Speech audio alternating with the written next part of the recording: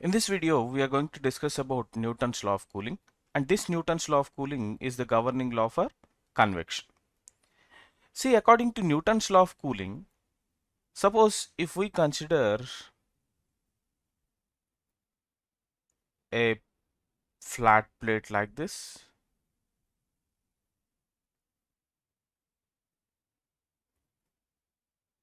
so this is the flat plate that we have considered, whose surface temperature is Ts.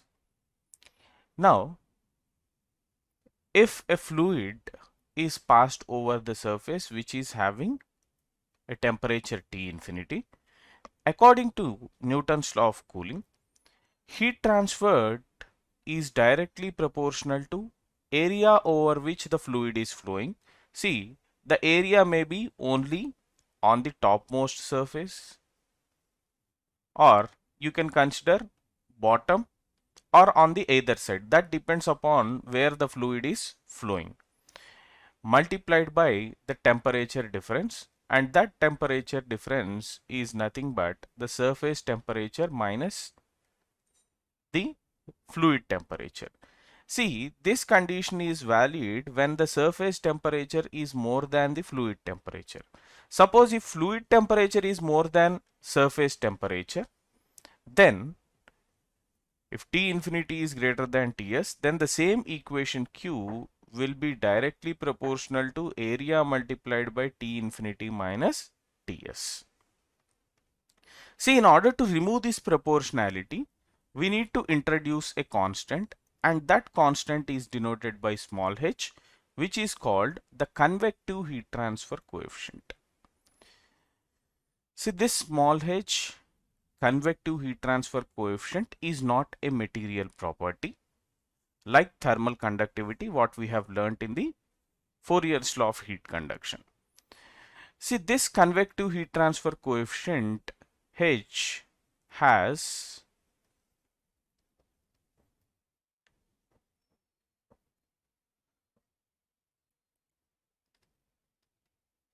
a unit of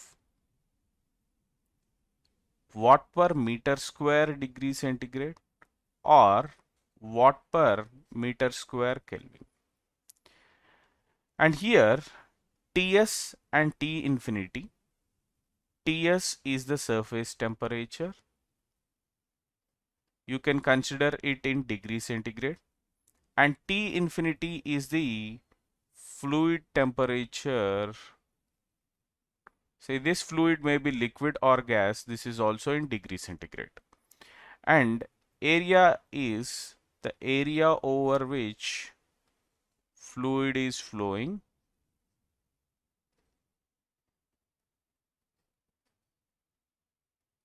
and this will be in terms of meter square.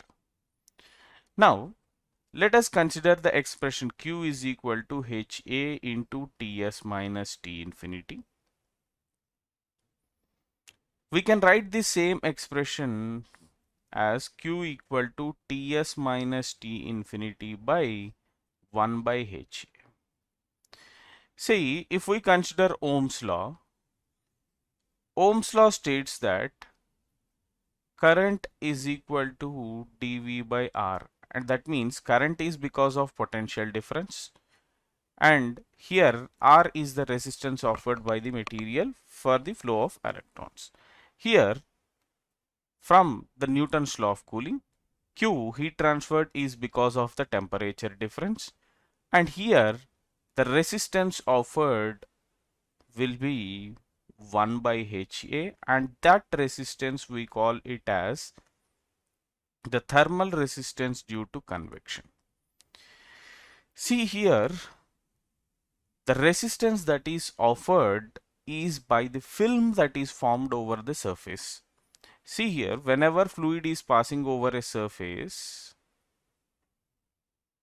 which is at a higher temperature, then there will be a film formation over the surface, and this film that is formed offers certain resistance to the flow of heat, and that resistance we call it as the thermal resistance due to convection here. And as I said earlier, This thermal resistance has a unit of Kelvin per watt. So thermal resistance has a unit of Kelvin per watt. And the convective heat transfer coefficient H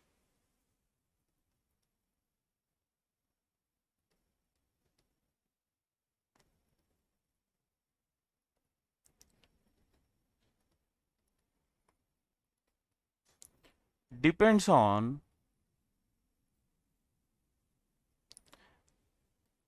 the geometric parameters. That means the geometry of the surface. See, sometimes fluid may be flowing inside the pipe, outside the pipe, inside ducts, outside ducts. Depending upon the geometry of the object, the convective heat transfer coefficient changes. Then, depending upon the fluid properties like density, viscosity, thermal conductivity, all this, you will have variation in the convective heat transfer coefficient. And the third one is flow properties. So, depending upon the velocity and acceleration of the fluid, so there will be variation in the convective heat transfer coefficient. See, this convective heat transfer coefficient is not a material property because it is depending upon all these three parameters. So in the next session, we'll be discussing about the Stefan-Boltzmann law.